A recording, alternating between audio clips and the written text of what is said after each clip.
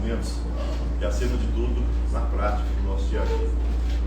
Visando mais uma vez o alcance de todos nós, o objetivo que nos propusemos para mais essa oportunidade que demonstra a imensa misericórdia e bondade de Deus, que nos criando simples e ignorantes, entende que somos passíveis de errar e não nos condenando a uma dificuldade eterna, um sofrimento eterno, nos oportuniza quantas serão necessárias, quantas vidas, quantas possibilidades necessárias para que a gente chegue no entendimento maior das suas leis e da prática dessas leis, nos tornando depois espíritos puros e depois espíritos críticos, comunidade da qual Jesus faz parte.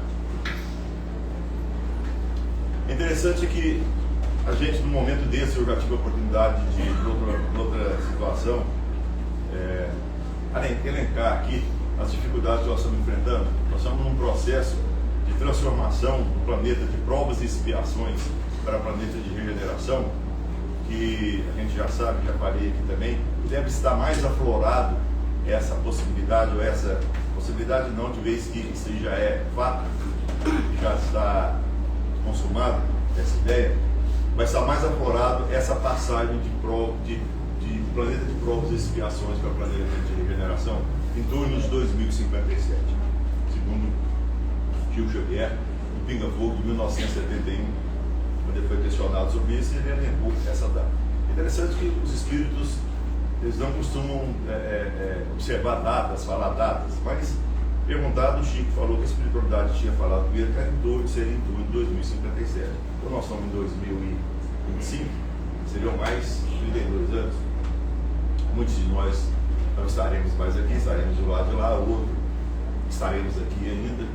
Eu me conto entre aqueles que estivessem aqui, estarão ao dia ainda, não estou com pressa, mas a gente vai ver, é interessante a gente perceber essa misericórdia desse Deus, que antes a gente tinha que temer. A gente perguntava, você é temente a Deus? Sou temente a Deus. Jesus chegou e falou e nos ensinou um Pai que nos ama. Ele nos ama hoje como nós somos. Ele não vai aguardar que sejamos um dia espírito puros, de vez que seremos, e nem espírito crístico, de vez que também seremos, porque nosso próprio Cristo foi também criado simples e ignorantes. Aqui não nos compete entrar nesse entendimento da evolução do Cristo, porque escapa completamente ao nosso entendimento. A gente só deve perceber e entender que esse Cristo é o diretor da nossa sala. Esse Cristo afiançou a cada um de nós que não nos deixaria órfãos. Esse Cristo percebe e reconhece que somos passíveis de errar. E a todos aqueles que erraram, na pergunta de Nicodemos, por que Jesus pediu ao Pai que os perdoasse? E Jesus, esse nosso diretor, já repeti aqui também, e está dentro do convênio do texto, Jesus responde a Nicodemos justamente por não saberem o que estavam fazendo, e aí somos todos nós. Ainda nós não estamos sabendo muito o que nós estamos fazendo. A gente entra aqui e por vezes imaginamos que a nossa dificuldade, a nossa doença, a nossa processo que a gente passa aqui de dores, de frustrações, de dificuldade, faz parte da nossa evolução, porque nós erramos muito e a maneira da gente consertar esses erros é brincar e sofrer. No entanto, Cristo responde a Nicodemos que justamente por não saberem o que estavam fazendo, que ainda, repetindo, somos todos nós, ou a maioria de nós que ainda não tem muita ideia do que a gente veio fazer aqui, por não saberem o que estavam fazendo, são dignos de maior compaixão. Esse é o diretor da nossa escola. Não, ele que era impoluto, que não tinha nenhuma mancha naquela situação que já se encontrava, não condenou ninguém. Perguntou à mulher que seria apedrejada onde estavam os juízes dela. Ninguém te condenou, eu também não te condeno. Ele que poderia condenar, eu também não te condeno. Ele não condenou ela e não condena nenhum de nós, porque ele vem da parte de Deus. Nicodemos, ao perguntar para Jesus como é que entrava no reino dos céus, falou: Senhor, eu sei que o Senhor vem da parte de Deus, porque ninguém poderia fazer o que o Senhor faz se não fosse emissário de Deus. E Jesus é o emissário de Deus. E desse entendimento, então, ele não nos condena, ele nos educa, ele nos dá a chance, ele está conosco. Na passagem das ovelhas perdidas, ele fala, comenta com quem ele estava dialogando, que o pastor estava conduzindo 100 ovelhas. Se uma caísse no fosso, no buraco, ele seguia adiante. Ele parava, deixava as 99 em segurança, voltava e pegava a ovelha perdida. Nós somos essas ovelhas, da maior parte de nós. Essa ovelha não perdida, mas equivocada quanto às leis de Deus. Nós falamos que devemos temer a Deus. Jesus veio e nos ensinou que Deus nos ama. Jesus não espera de nós nenhum espetáculo de grandeza, um espetáculo do Amado Teresa, da irmã Dulce, do Chico Xavier, do São Francisco, do quem quer que seja. Ele espera de nós que a gente venha mais uma vez como alunos aplicados dele, todos nós somos, e a gente tente, pelo menos tente, a fazer alguma coisa diferente do que a gente tem feito até então. Levando em conta que nós não devemos nos colocar em situação de culpa. A culpa é tão prejudicial quanto a autossuficiência, a prepotência, ou a vaidade. Porque a culpa nos engessa, nos paralisa e nos coloca na condição de realmente a gente vai sofrer e tem que sofrer. Nós vamos ser só felizes quando a gente for pro lado de lá ou na próxima encarnação e não. A Joana de Anjos nos ensina que reencarnação é merecimento. Nós merecemos estar aqui mais uma vez. Os nossos pais receberam cada um de nós pela confiança de Deus que nos indicaria ou nos ajudaria na nossa evolução, no nosso entendimento, nos dando o alimento de nascença, nos conduzindo pelo melhor. E Deus, cada filho que nasce, cada espírito que nasce, é uma prova de que Deus acredita na humanidade. E lógico, por que ele acredita? Ele não está vendo que tem muita coisa errada? Ele não está vendo que tem, como Jesus afiançou no sermão profético, filho contra pai, irmão contra irmão, pai contra filho, mundo de cabeça para baixo, como diria o Chico, tudo esquisito, parece que nós nunca passamos pelo que nós estamos passando, e que é interessante que efetivamente nós nunca passamos por isso que nós estamos passando, mas não é sofrimento. Nós estamos por fim, tendo, não a última oportunidade, deveremos de ter quantas dessas oportunidades necessárias para a gente evoluir. Essa não é a última. Só que a gente corre o risco, e aí é risco sim, e depende de nós evitar, a gente não poder voltar nessa escola. A partir da próxima encarnação nossa, pode ser que a gente não esteja habilitado a voltar aqui. Mas e aí? Eu vou ter que voltar aqui? Tem gente que fala, mas o que eu estou passando aqui, eu ainda vou ter que voltar? Vamos ter que voltar. Vamos olhar a vida dos nossos pais, dos nossos avós. Como é que foi a vida dos nossos bisavós? Sem energia elétrica, sem maquinário, sem automóvel, sem avião, sem anestesia. Como é que a gente vivia sem anestesia? Então, o mundo vem evoluindo e não por acaso nós estamos hoje na Terra com 8 bilhões de espíritos reencarnados. Desceu todo mundo do umbral, eu já falei, o Barulho fala isso, porque casa e terreno no umbral está baratinho, porque está vazio, não tem ninguém lá, né? Brincadeira que ele faz, né? E desceu todo mundo para cá. Nós somos 8 bilhões, quando há poucos anos atrás, 100 anos atrás, já era 2, 3 bilhões, 2 bilhões, menos, somos 8. Não vamos entrar no mérito, mas cada vez que nasce mais, aumenta mais. Por que nós esperamos 200 mil anos para chegar em 2 bilhões e em 100 anos a gente chega em 8? Por que isso? Ah, mas por que tem a de saber? Tem a ver. Somos nós, mais esses outros 8 bilhões que estão aqui, que estamos tendo a nossa chance de poder carimbar o nosso passaporte para voltar para cá. E voltar para cá numa terra melhorada, está lá no nosso livro dos Espíritos. A terra passa de provas e expiações para um planeta de regeneração, onde o bem vai prevalecer.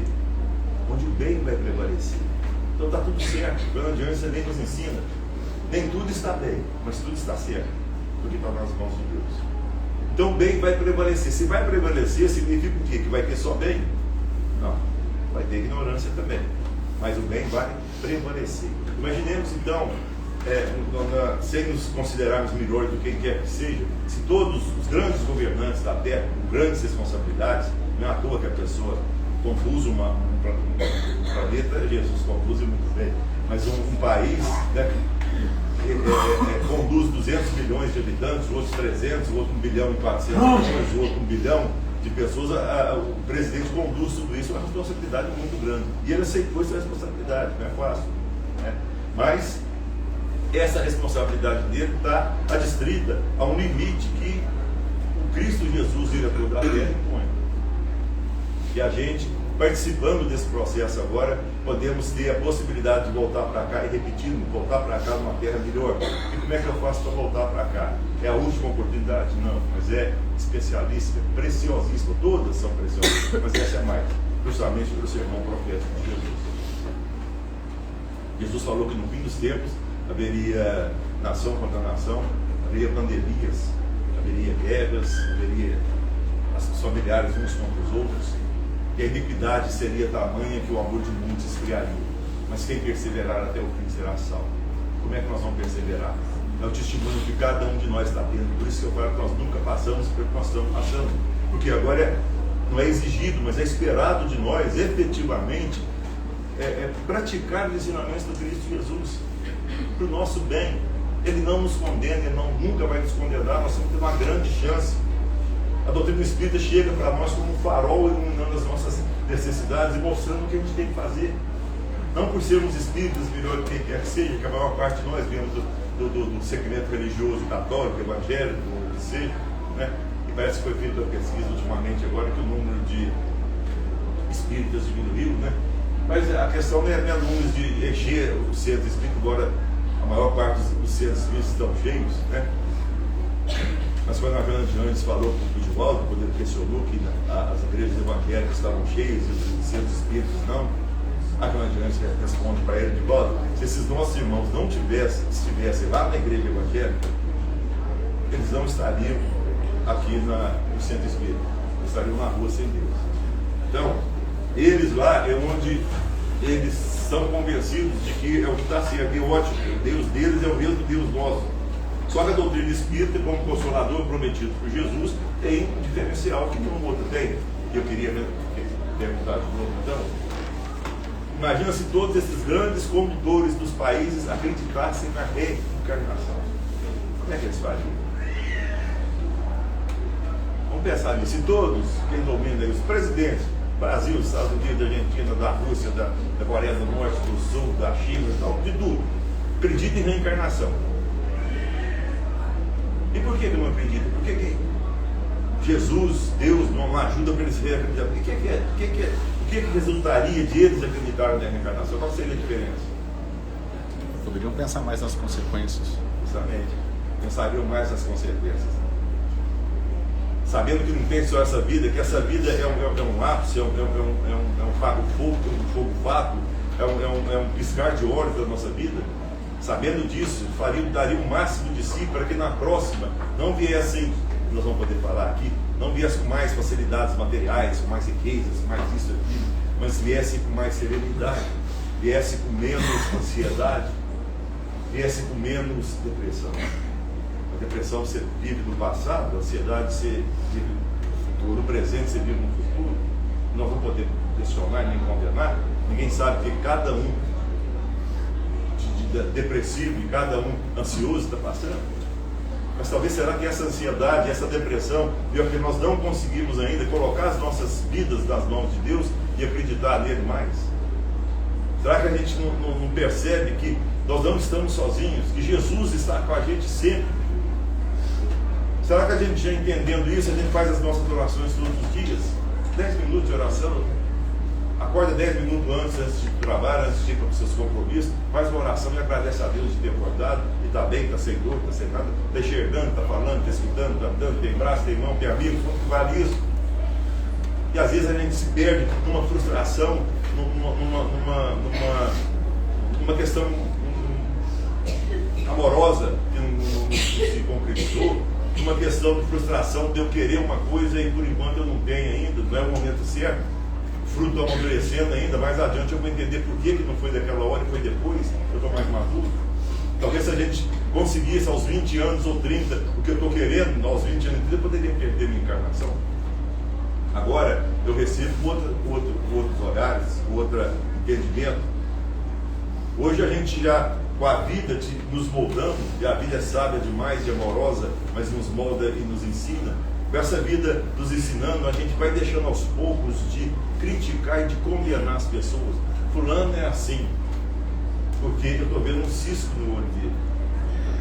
Mas o dia que eu entendo que eu também, talvez não tenha um atraso, mas tem um cisco no meu também, eu começo então a ver de que maneira eu posso ajudar. Se eu não posso ajudar, o que eu posso fazer? Nós estamos aqui para isso, meus irmãos. Nós não estamos aqui para sofrer. Nós não viemos pagar nada. Jesus tirou o pagamento quando ele não sancionou mais a lei de Italião, olho por olho, dente por dente. Isso foi de Moisés, 1400 anos de Cristo. E aqui de novo uma grande evolução mostra que nós esperamos 200 mil anos para chegar à primeira revelação a Moisés. Depois de 200 mil anos veio Moisés, a primeira revelação. Nós esperamos mais 200 para vir Jesus? Não. Depois de Moisés, só 1400, parece que é pouco, né? Só 1400, mas dos 200 mil, só 1400 anos já veio Jesus.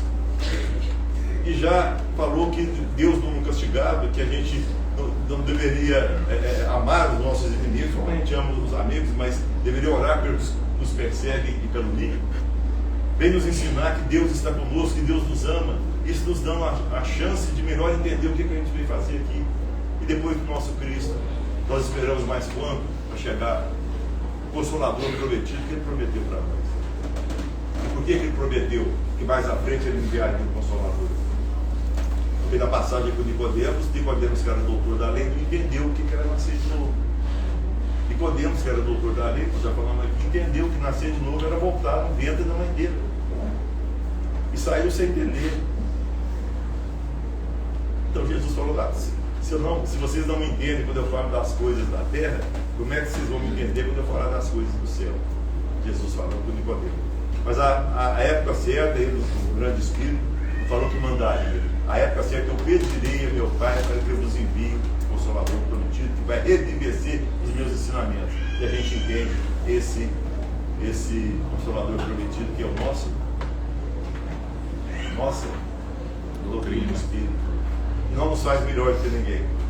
Que doutrina é essa que, nascendo no nosso livro Evangelho segundo o Espiritismo, a doutrina espírita estava nascendo? Tem uma passagem, uma mensagem do Paulo Apóstolo, lá fora da caridade, uma salvação. Ele fala sobre a caridade e no final a doutrina espírita estava nascendo, 1857. O livro dos Espíritos é depois. O Evangelho segundo o Espiritismo é depois do livro dos Espíritos, 1864, 58, né? Mas ele termina a mensagem dele de fora da caridade, uma salvação, falando sobre a caridade, que não é porque só os espíritas serão salvos. Gente, a doutrina estava nascendo, tinha que fazer a melhor propaganda da doutrina, vocês concordam? Estava chegando na doutrina espírita, ele ia falar que todo mundo ia ser salvo. Qual que é a propaganda que ele tinha falado da doutrina? Vocês viram espírito, porque só espírito vai ser salvo. Não, porque não é verdade. Ele chega com a maior calma, com o maior entendimento, fala, no final quem tiver curiosidade, depois pega o Evangelho segundo o Espiritismo, fora da caridade, não salvação. Ele chega no final e fala, não é só porque os espíritas serão salvos, mas porque nos ajudando a serem melhores cristãos, facilita o alcance do objetivo que todo mundo deve procurar. Essa é a nossa doutrina, esse é o nosso Consolador. E não temos que esperar mais 200 mil anos, mas depois de Jesus, 1857 anos, com a edição do Livro dos Espíritos, marcando como marco do nascimento da doutrina espírita. E essa doutrina, então, se nos ensina muita coisa, nos consola efetivamente, os nossos parentes que nos precederam de retorno na pátria espiritual. A gente sabe o quão difícil é.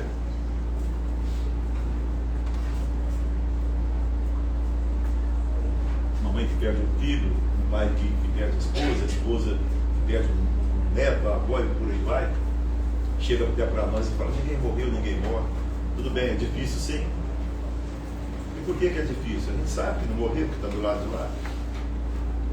Jesus, quando Marta chamou a ele, que Lázaro estava passando mal, Jesus ficou mais 2 anos onde estava, na cidade de Betânia, depois ele foi para Cafarnaum, depois foi para Betânia, mais 2 dias, chegou 4 dias depois, Lázaro já estava sepultado.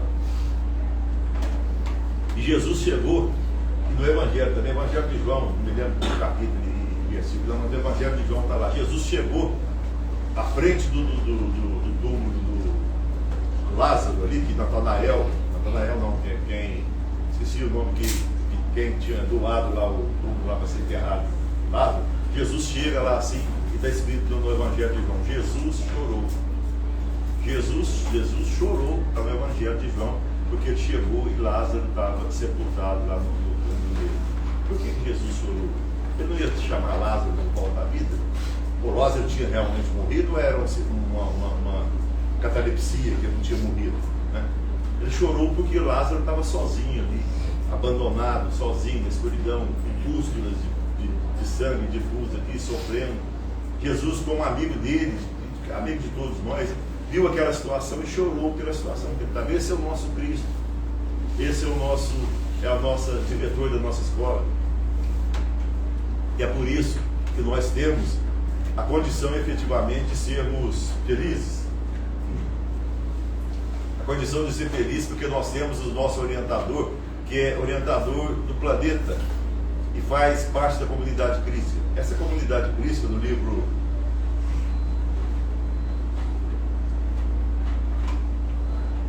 do Chico Xavier, psicografia dele pelo Espírito de Emmanuel, tem uma reunião dos Espíritos crísticos com relação à Terra. Por 2 vezes eles se reuniram com relação à Terra. No Caminho da Luz, fotografia do Chico Xavier pelo Espírito de Emmanuel, o livro é Caminho da Luz. Por 2 vezes os Espíritos ditos crísticos se reuniram com relação ao planeta Terra. A primeira vez que eles se reuniram foi quando foi determinado que Jesus pegaria uma mônada, como se fosse uma parcela do Sol, para construir o nosso planeta Terra. O que é interessante também, né? Que ele fez isso, a gente repete aqui, há 4 bilhões e 500 bilhões de anos atrás. E esse nosso Cristo, há 4 bilhões e 500 bilhões de anos atrás, já era um espírito crístico. Esse é o nosso diretor. Muito bem. Primeira vez foi dando a mônada para Jesus construir o planeta Terra com seus ajudantes. É como se ele não precisava, mas dava oportunidade para eles também trabalhar. Né? A segunda vez foi quando Jesus veio e se reencarnou no corpo humano para trazer a mensagem dele aqui. O Emmanuel fala que haveria uma terceira vez agora que esses espíritos se reuniriam, mas só Deus sabe o que eles iam consertar nessa reunião. Com certeza é desse momento especial que nós estamos passando, esse momento de 8 bilhões de espíritos reencarnados, esse momento de prova e expiação para regeneração. Mas aqui é interessante, eu gostaria de fazer um comentário aqui. Interessante que eu tive a oportunidade de ser pedido, né, por gentileza, e numa condição acima das minhas possibilidades, com certeza, mas que eu não tenho condições de responder à altura desse pedido, mas para a gente continuar comentando sobre as coisas otimistas que a gente tem hoje e comentar dessa questão da nossa felicidade, a gente muitas das vezes fiz esse preâmbulo ali, que depois chegar nesse ponto agora, que nós muitas das vezes linkamos a nossa felicidade com questões, no mais das vezes, materiais. Eu vou ser feliz e eu penso e ajo como se as posições, as finanças, as posições materiais, as questões materiais iriam me trazer toda a felicidade que eu não tenho.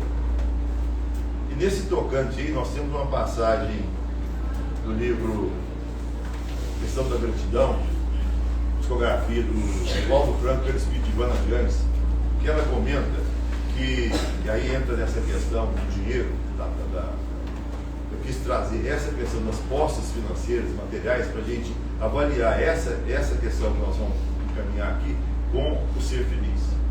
Porque às vezes a gente linka a nossa felicidade com o poder financeiro, o poder de dinheiro, o poder material. E nessa lição da Ivana Janes, ela conta que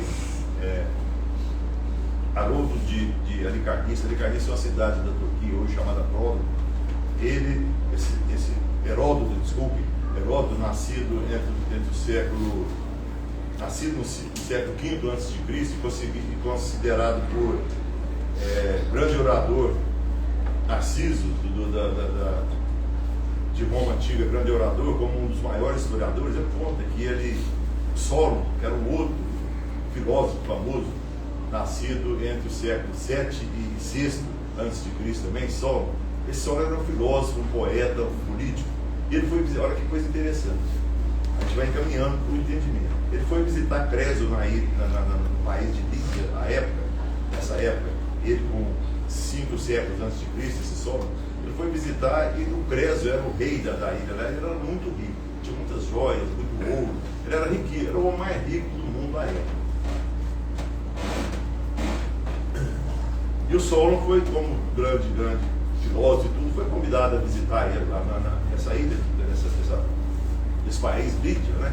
E quando ele chegou lá, o Solon, o Creso chegou e falou: Solon, mostrou para ele tudo que ele tinha, tem isso, tem aquilo, tem isso, joias, ouro, montanhas de ouro e tudo, tinha muita coisa. Aí depois que levou o Solon olhou tudo assim, falou: ai, coisa boa. Aí ele falou assim: eu queria te perguntar uma coisa, Solon, você que é tão perspicaz, você é tão filósofo, tão inteligente, eu queria te perguntar, qual o homem que você acha que é o homem mais feliz no mundo? E já deu uma risadinha, né? Ele, com todo esse dinheiro mais rico do mundo, né? O Solon pensou e falou assim: é um rapaz que eu conheço, lá em Atenas, que ele é muito honesto, tem valores morais muito sérios, muito grandes, muito fortes. Eu acredito que ele seja o homem mais feliz da Terra.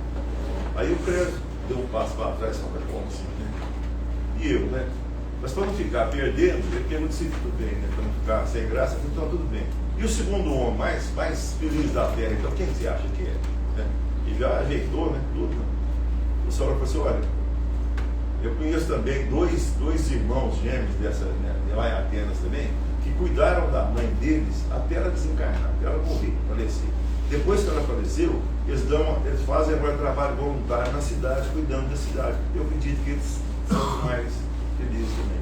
Aí o Creso não aguentou mais. O Creso não aguentou mais e começou a ofender ele, a xingar e sair, falou, coisa. E falou assim: esse cara é muito fedido, muito, né, presunçoso. Se ele fosse tão inteligente assim, tão pam assim, ele seria o mais rico, não eu. Tudo bem, passou mais uns dias, uma semana, o Solon foi despedir, voltar para a Grécia, voltar, e chegou até o Creso para despedir e falou: Creso, olha, quanto à questão de ser feliz, você só vai saber isso, olha que coisa, meus irmãos. Isso não é pessimismo não, mas é a nossa realidade. Essa questão de ser feliz, nossa. Essa questão de ser, o cara era o mais rico do mundo lá na época. 5 anos antes de Cristo. 500 anos antes de Cristo, 100%. Essa questão de ser feliz, você só vai saber quando você morrer. Porque a vida promove alterações no financeiro e no emocional de quase todas as criaturas. Olha que coisa. A Solon falou para ele: esse negócio de ser feliz, eu quis dizer, não é por esse dinheiro que você vai ser feliz, mas você só vai saber depois que passar o tempo. Porque o tempo opera alterações na economia e no emocional de quase todas as pessoas. Quem de nós conhece pessoas que passaram por essa alteração na economia de si mesmo, na economia da família? Ou na economia do emocional, do sentimento, do entendimento da vida? Isso então apaga tudo que eu falei e vem mostrar que a gente sofre. Não. Nós estamos na escola. O que você faz na escola para aprender matemática? Decora a tabuada, né? Não sei se hoje decora ainda, né? Hoje mais não. Não tem mais tabuada, não? Né? Mas ainda bem que tem a maquininha, né? Aí ajuda, né? Mas a tabuada é ruim. Se você der, vamos criticar, se você der com a nota de 50, você gastou 35, se a pessoa não tiver a maquininha, ela não sabe, tem que voltar. Quanto Deus. Chat GPT. Tem que fazer lá. Mas brincadeira à parte, a gente tem que colher, né, a vantagem da tecnologia, né? Não que a ponto de nos escravizar, né? A ponto de gente não fazer mais nada, né? Não é completar a mulher, não, porque isso é bem complicado. Isso é ótimo aqui, né? Pensa no mundo, viu, irmão? Pensa no mundo que a gente for depois que não tem WhatsApp. Eu já falei isso aqui. É o inferno, é o inferno. Nós temos que voltar para cá sem WhatsApp, né? Mas é bom também, não vamos poder andar nada, não, porque aí não pode ter um exagero, tudo pode, menos exagero, lógico, tudo pode, no certo sentido. O Solon então fala com o Creso isso. Passou mais uns meses, passou uns anos, mais ou menos 5 anos depois que o Solon teve lá na Lídia, no país Lídia, do Creso, tem Creso. Ciro da Pérsia, Ciro, o conquistador da Pérsia, invadiu a Lídia e pôs fogo em tudo, pegou todos os ouros, as pedras preciosas, as joias, tudo do Creso, pegou tudo dele, roubou tudo, colocou onde queria levar para ele, e colocou o Creso num poste num poste que ele ia encher de passar betume nele, na esposa dele, mais familiares, encher tudo de betume e pôr fogo vivo. Isso é história, hein? Isso não é exemplo, não é parábola, não. É história que ocorreu lá com esse exemplo. Onde está isso? No Poder da Gratidão, da Fernanda, psicografia do Paulo. Colocou a família do Creso todo mundo no poste de betume e ia incendiar vivo. Aí o Creso nessa hora grita: Solon, Solon, você tinha razão. Né? Você tinha razão. E o Ciro, ouvindo isso, ele era um admirador do Solon. Ele era um admirador do Solon. Por que você está chamando o Solon? Né? Aí ele contou a história. Ele falou: não, peraí. E aí tirou todo mundo do poste lá de ser queimado, né?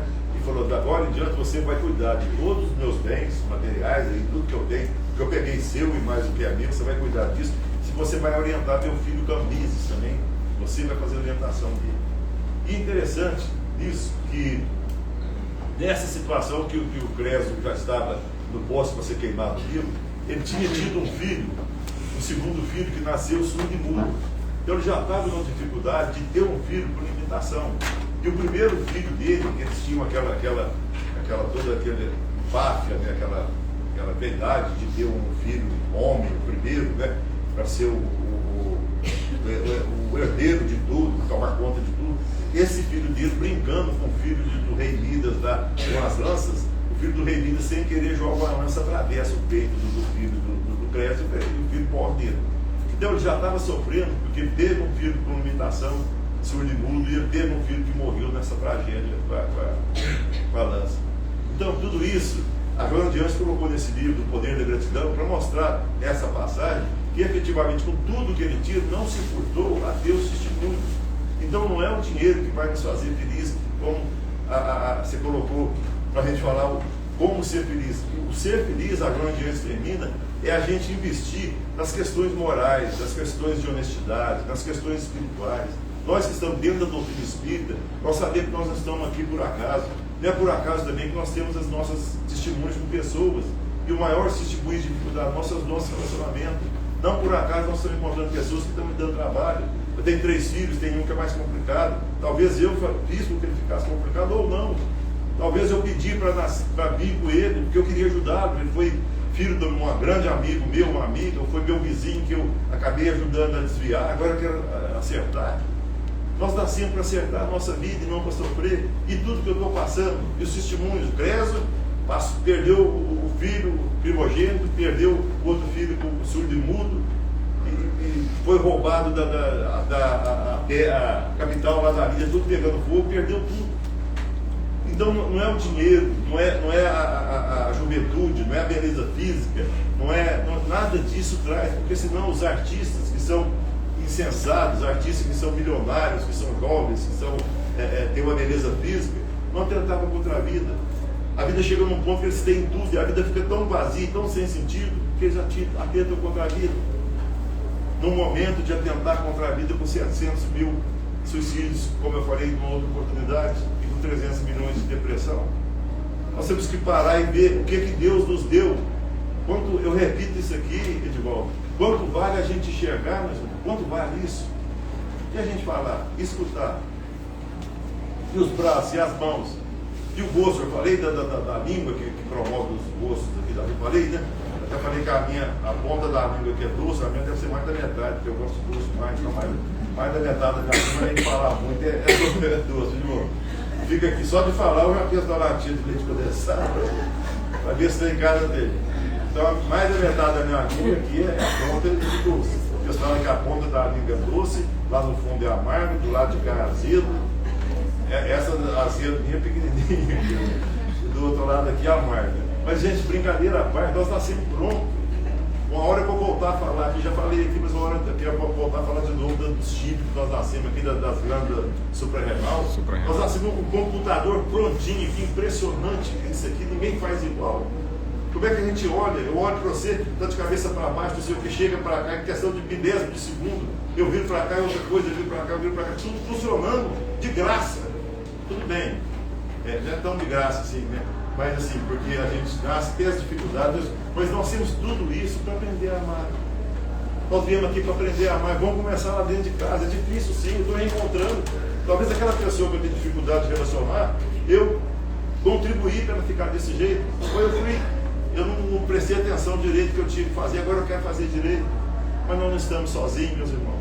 Jesus está com a gente, Deus nos ama do jeito que a gente é. Nós não estamos passando os nossos sofrimentos, o nosso testemunho, porque a gente tem que sofrer. Não, nós não temos que sofrer, nós temos que amar. Nosso maior trunfo é amar. Vamos começar a eleger. E é sério, porque a doutrina nos traz isso. Não adianta a gente ser espírita e saber do espiritismo e tomar o passe e ler e fazer aquilo e continuar guardando ódio do coração, rancor. Não desejo mal não, mas não converso mais. Porque eu ajudei ela do jeito que eu fiz a vida inteira. O dia que eu pedi uma ajuda, ela falou, não, se vira, você não é sozinho, você não é quadrado, é sozinho. Né?